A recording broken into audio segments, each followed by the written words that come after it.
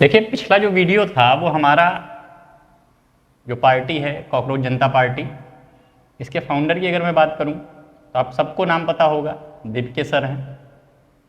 अब देखिए, पूरा का पूरा जो कंट्रोवर्शियल मुद्दा क्या था उसमें मैंने आपको वीडियो में बताया भी था कि अगर आप आर्टिकल 19(1) और 19(1)(b) के तहत जाएं तो आपको राइट टू प्रोटेस्ट और राइट टू पीसफुली असेंबल होने का और freedom of speech and expression का आपको अधिकार है। अब देखिए, सारा खेल क्या है आपको पता ही होगा कि रिसेंटली कल ही की मैं बात करूं तो हमारे जो एजुकेशन मिनिस्टर थे,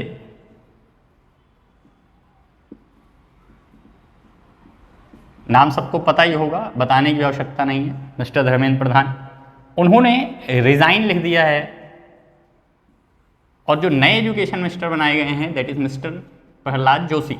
अब देखिए, ओवरऑल जो आपको इसमें पॉलिटिकल कैरेक्टर की अगर मैं बात करूं उसके टर्म में अगर मैं जाऊं तो आपको ये पता होना चाहिए कि आर्टिकल 74 ये क्या कहता है कि there shall be a council of ministers with PM. COM का फुल फॉर्म क्या है? Council of ministers. तो काउंसिल ऑफ मिनिस्टर्स कौन होंगे? जो पीएम को एड एंड एडवाइस करेंगे। मतलब PM plus council of ministers, ये वो बॉडी है जो कि मेनली हमारे यहाँ के गवर्नमेंट को क्या करेगी? रन करेगी। और इन्हीं काउंसिल ऑफ मिनिस्टर्स में से एक मिनिस्टर थे कौन? मिस्टर धर्मेंद्र प्रधान, जिन्होंने रिजाइन लिख दिया। रिजाइन लिखने के पीछे का कारण है that is the NEET paper leak and there are various exams which are continuously leaks, that's why they can resign। आपने पढ़ा ही होगा। अब देखिए, जो सबसे इंपॉर्टेंट मुद्दा है वो ये है कि इन्होंने अपना रिजाइन लिखा किसको? तो ये अपना रिजाइन लिखेंगे किसको? प्रेसिडेंट को। क्योंकि हर एक मिनिस्टर जो भी ओथ लेता है वो किसके थ्रू लेता है? प्रेसिडेंट को। तो it is compulsory, it is binding कि आप रेजिग्नेशन भी किसको लिखेंगे? प्रेसिडेंट को। और आर्टिकल 75 क्या कहता है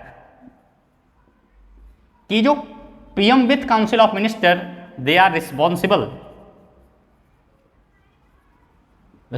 टू लोकसभा। क्यों?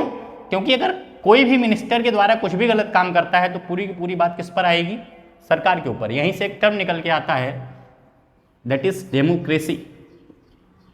डेमोक्रेसी में अगर इसको आप थोड़ा सा डिवाइड करें तो डेमो का मतलब होता है पीपल और क्रेसी का मतलब होता है सिस्टम।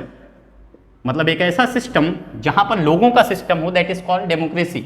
और डेमोक्रेसी में लोगों के पास ये आज़ादी है कि वो अपनी बातों को सरकार के सामने रख सकते हैं। और वही किया कॉकरोच जनता पार्टी ने। पिछले 36 से 39 दिन तक लगातार इनका जो पीसफुल प्रोटेस्ट है वो चलता रहा, और जिसके चलते सोनम वांगचुक जी ने अनटू डेथ तक अपना लगभग, मेरे हिसाब से लगभग 26वें दिन उन्होंने, जब दो मिनिस्टर जिनमें से जेपी नड्डा दूसरे जितेंद्र सिंह, इन्होंने जब रिटन डिक्लेरेशन दिया तब उन्होंने अपनी जो अनटू डेथ वाला जो मामला था उस अनशन को तोड़ा।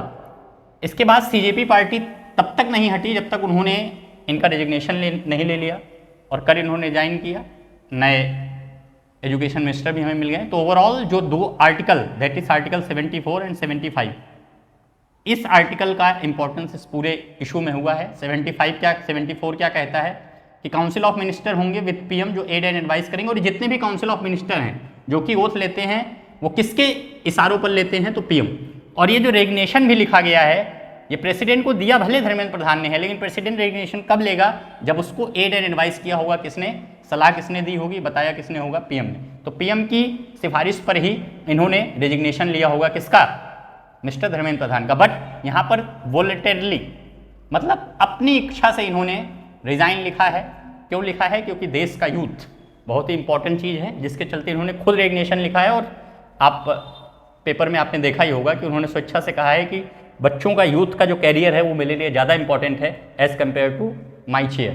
तो जिसके चलते उन्होंने रेजिग्नेशन दे दिया है। नए आए हुए हैं एजुकेशन मिनिस्टर प्रहलाद जोशी। हमारी यही सिफारिश होगी कि कुछ अच्छे कदम, कुछ बेनिफिशियल कदम उठाए जाएँ। बाकी आपने इंस्टाग्राम पे मोदी जी का वीडियो देखा ही होगा जिसमें उन्होंने फास्ट ट्रैक कोर्ट की डिमांड की है। अब देखिए, अगर इसमें मैं जाऊं तो ज़्यादा डीप हो जाएगा चीज़ें। मैं किसी भी गवर्नमेंट को क्रिटिसाइज नहीं कर रहा हूं, बट लगभग 1.2 लाख केसेस हैं फास्ट ट्रैक कोर्ट के पास, जिनमें से अभी तक केवल 66,000 लगभग 67,000 मान के चलिए आप, इतने ही केस हैं जिनका अभी तक निपटारा हो पाया है। अब आप 67,000 में से अगर आप घटा दें 1.2 लाख को, तो लगभग 33,000 इधर और 20,000 उधर, लगभग 53 या 55,000 के आसपास केस अभी भी पेंडिंग है। और देन अगेन आप फास्ट ट्रैक कोर्ट में भेज रहे हैं। मैं सरकार से यही गुजारिश करूंगा कि जो भी ये सेंसिटिव मैटर हैं इस पर जल्दी से जल्दी कार्रवाई की जाए, और जितने भी फास्ट ट्रैक कोर्ट में केसेस जाते हैं वो ज़्यादातर पास्को एक्ट,